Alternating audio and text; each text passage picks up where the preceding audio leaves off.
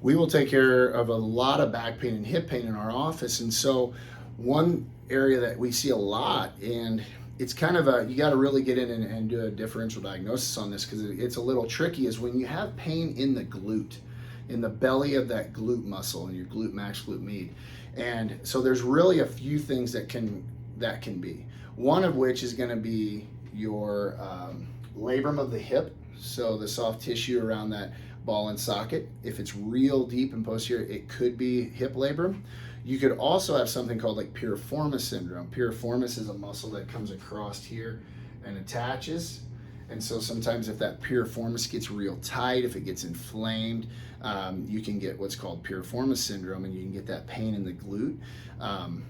Another thing we see a lot, and what a lot of people actually miss, is it's an upper lumbar problem. So you actually, in your like L2, L3, L4, usually L2, L3, you can have a very you can have a subluxation or restriction, misalignment in that area of the spine that's causing a lot of inflammation, and the nerve that actually comes down into that area and that glute and that lateral hip, it can actually be from your lumbar spine. So a lot of people miss this because they're treating the pain and they're not going upstream and actually treating the real problem.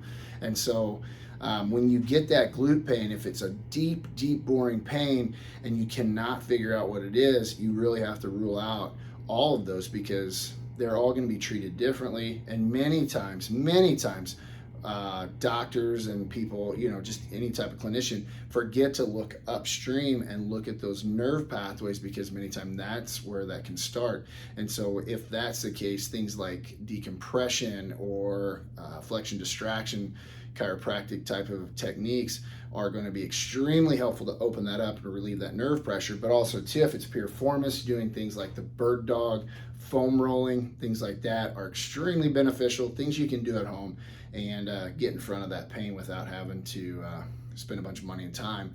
You just take the time at home and stretch, which is ultimately, these are great stretches anyway. So rule it out: labrum, piriformis, and then also two potential nerve radiculopathy or nerve pain that's kind of traveling from that mid to upper lumbar spine. So if you can figure out where the problem actually is, then you can figure out how to fix it.